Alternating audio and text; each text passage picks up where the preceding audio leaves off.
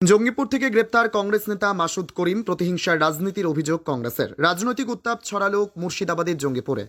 আজ দুপুর নাগাদ জঙ্গিপুর বাসস্ট্যান্ড এলাকা থেকে পুলিশ গ্রেপ্তার করল রাজনৈতিক নেতা মাসুদ করিমকে। মাসুদের এই আকস্মিক গ্রেপ্তারিকে কেন্দ্র করে জেলা রাজনীতিতে ব্যাপক চাঞ্চল্যের সৃষ্টি হয়েছে। উল্লেখ্য, গত 10ই ডিসেম্বর দীর্ঘদিনের তৃণমূল সংস্রব ত্যাগ করে বহরমপুরের প্রাক্তন সাংসদ তথা কংগ্রেস নেতা অধীর রঞ্জন চৌধুরীর হাত ধরে কংগ্রেসে যোগদান করেছিলেন মাসুদ করিম।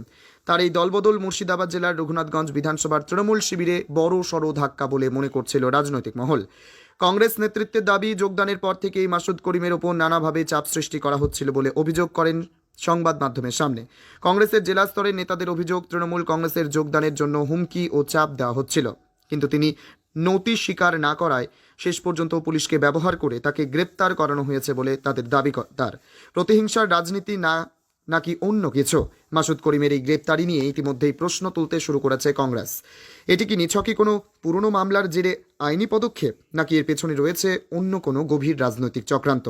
তৃণমূল ছেড়ে কংগ্রেসে আসার পুরস্কার হিসেবেই তাকে আজ গ্রেপ্তার করা হলো। এটি রাজনৈতিক প্রতিহিংসা ছাড়া আর কিছু নয় বলে মনে করছে অনেকে। অন্যদিকে পুলিশ প্রশাসনের পক্ষ থেকে জানানো হয়েছে, নির্দিষ্ট অভিযোগ বা পুরনো কোনো মামলার ভিত্তিতেই এই গ্রেপ্তারি।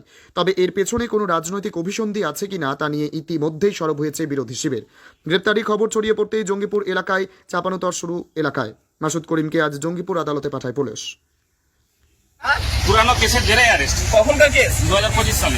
কি কেস আছে? রাজনৈতিক প্রতিহিংসা করে রাজ্য জুড়ে চলছে, তার কাছে ড্রাইভিং করার জন্য কি আপনারা সবটাই জানেন। এতদিন অ্যারেস্ট হয়নি কেন?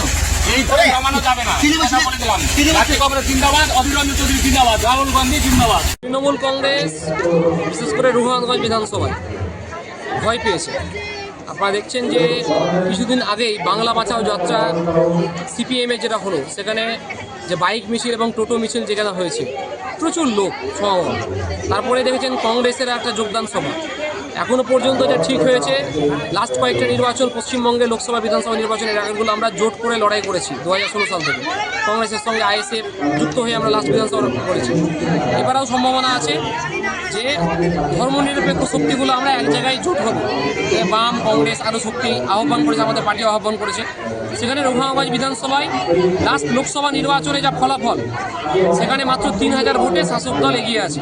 লোকসভা ভিত্তিক যদি বিধানসভা ফলাফল আমরা দেখি, সেখানে শাসক দল কোনো একটা জায়গায় ভয় পেয়েছে যে তারা এই বিধানসভা হারাতে বসেছে।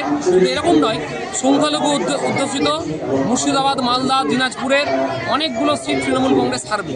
যার জন্য এই ভয়ের জায়গা থেকে বাম, কংগ্রেসের বিভিন্ন নেতাদের উপর তারা আক্রমণ। অধীর চৌধুরী যেদিন জয়েনিং সভা করলো, সেদিন আমরা দেখতে পেয়েছি অধীর চৌধুরী বলেছেন যে তার যারা জয়েন করলো তাদের যদি কোনো কর্মীদের উপর আক্রান্ত হয়, পুলিশ আমরা থানা ঘেরাও করবো। অলরেডি কংগ্রেস একটা প্রোগ্রাম করেছে। আমরাও যদি দেখি যে এরকম কর্মী সমর্থকদের আক্রমণ আসছে, এর আগেও আমরা থানা ঘেরাও, এসপি অফিস ঘেরাও করেছি। তবে এরকমভাবে কোনো রাজনৈতিক কর্মীকে মিথ্যা মামলায় ফাঁসানো, তাকে গ্রেপ্তার করার তার আমরা ধিক্কার জানাচ্ছি। মাসুদ শেখ, তিনি সদ্য কংগ্রেসে জয়েন করেছেন, আগে তৃণমূলেই ছিলেন। তৃণমূলের অত্যাচার, তাদের দুর্নীতির জন্য তিনি কংগ্রেস ত্যাগ করে তৃণমূল ত্যাগ করেছেন, কংগ্রেসে এসেছেন। তৃণমূল হারার ভয় থেকে শাসক দলের যারা নেতা, তাদের নির্দেশে, তাদের অঙ্গুলি হিলনে পুলিশ এই ধরপাকড়গুলো করছে। এগুলো যত করবে, শাসক দলের ভোট ব্যাংকে তত ধস পড়বে।